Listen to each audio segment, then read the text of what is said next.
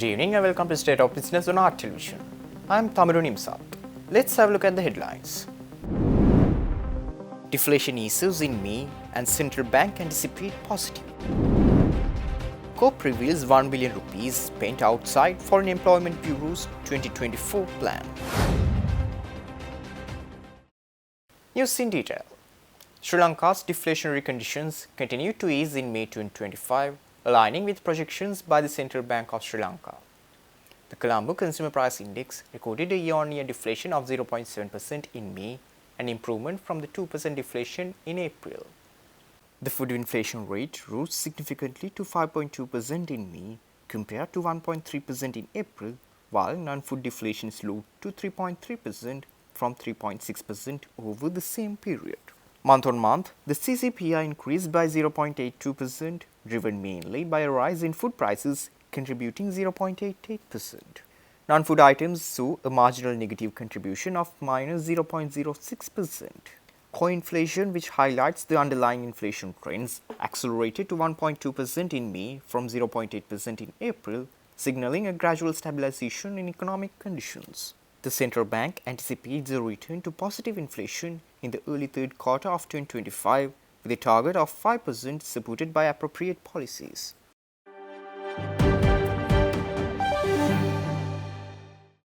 Committee on Public Enterprises revealed that over 1 billion rupees was spent on programs outside the Sri Lanka Foreign Employment Bureau's annual action plan for 2024.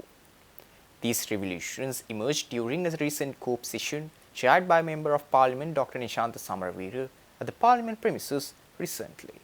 The Bureau had initiated the Global Fair program, costing a staggering 1.2 billion rupees even before obtaining cabinet approval. Approval was sought only while the program was already underway. Similarly, the Vigamanika Harsara program, costing 63 million rupees, involved provincial meetings with members of migrant associations. Critics have questioned whether these initiatives delivered meaningful results, especially since the Bureau's budget allocates only 2 million rupees annually for such programs. In another case of financial mismanagement, the Bureau is yet to recover 100 million rupees from the Rataviru housing loan program, jointly implemented with the Samurdhi Authority in 2013. This delay is due to lapses in following the Memorandum of Understanding. The Samurdhi Authority has now reportedly agreed to release these funds. COPE also highlighted irregularities in the Bureau's operations, including the misclassification of independently migrating workers by employment agencies. This malpractice has led to undue refunds being issued to agencies, prompting the committee to appoint a subcommittee for further investigation. The inactive Kuwait Compensation Fund, with a balance of 5.1 billion rupees, was another point of contention. Officials revealed plans to use this fund for domestic worker training and a pension scheme for migrant workers.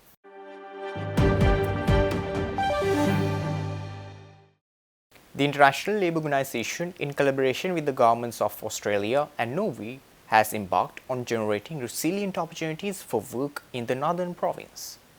This $2.8 billion initiative focuses on creating sustainable livelihoods, enhancing climate resilience, and fostering social empowerment in the area.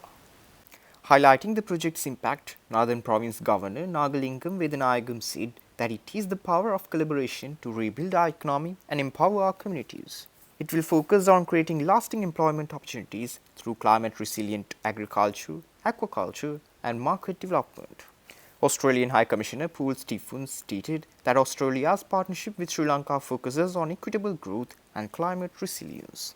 The initiative is funded by $1.9 million from Australia and $900,000 from Norway, aligning with both nations' goals of empowering women, fostering disability inclusion, and enhancing food security.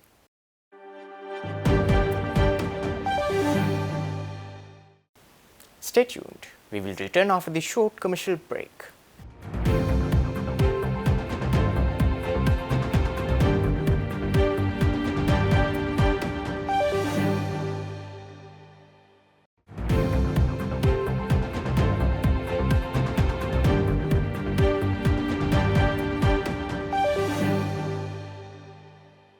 Welcome back after the break. Janashakti Life, Sri Lanka's fastest growing life insurer, achieved a 49% year-on-year growth in gross written premiums during the first quarter of 2025. Speaking on the occasion, Chairwoman Anika Senanayake said that by focusing on customer journeys, prudent financial management and strengthening human capital, Janashakti is building market leadership. The gross written premium totaled 1,830 million rupees, up from 1,231 million rupees from the same period last year, reflecting the company's focus on customer acquisition, market expansion, and innovative product offerings. The regular first-year premium grew by an impressive 86%, showcasing the insurer's ability to attract a wider customer base. As of March 31, 2025, Janashakti Life's total assets rose to 38,849 million rupees, a 3% increase from the previous year, while the net profit for the quarter stood at 292 million rupees after tax. The company paid out 782 million rupees in claims and benefits, reinforcing its commitment to policyholder trust and reliability.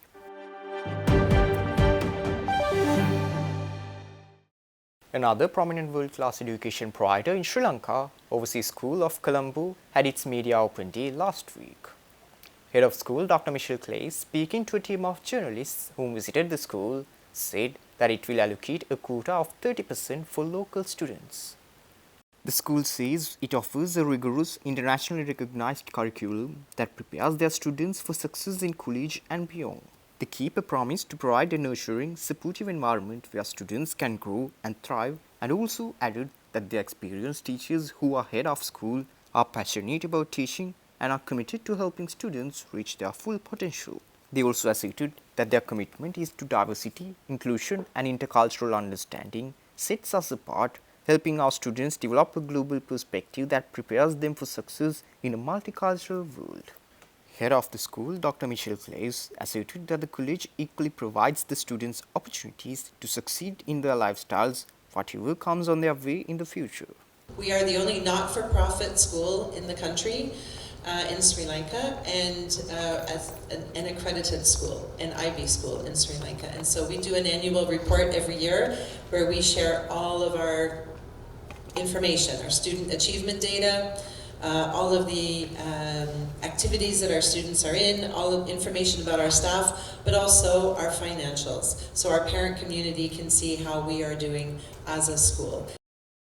The management of the Overseas School of Colombo also assures that all their educational programs have been designed to promote inquiry-based learning and at the same time fit with the global perspectives, helping students to develop an understanding of themselves and the world around them. They further assured that they encourage curiosity, creativity, and collaboration, providing a safe and supportive environment where students can grow and thrive. In a way where they don't feel shame and they don't feel bad about themselves, but that they can improve themselves. That's the point of what we try to do here. And when kids make mistakes with other kids, our work is to help them restore their relationships with each other. So we teach them the skills how to get along with one another, especially when something doesn't go right. We look at the child's individual growth they make. Yes, can they be below grade level for reading? Absolutely. Does reading happen only in grade 1? No. Can it happen in grade 2? They can start it late. So it's a developmental process, reading, writing, maths. So we take them where they come at, so wherever they are at. So even if they don't meet grade level expectations, they still go with their peers to the next class, and that particular teacher takes them where they are at and builds on those skills, the ATLs, the attributes, and the individual. So we celebrate the individual growth and not the academic rigor. Because you can be 6 and not learn how to read. You may not. Sometimes I get students who don't know how to read.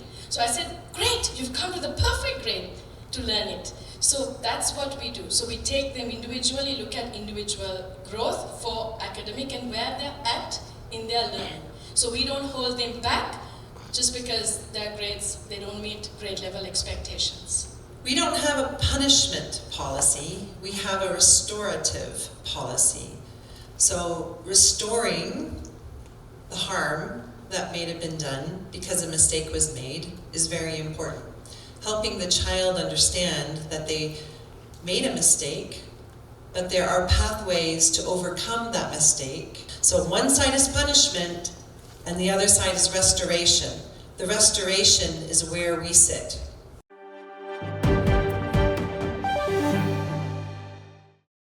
That's all our news for today. For this and more, subscribe to our channel on YouTube and follow us on Facebook. Take care and good night.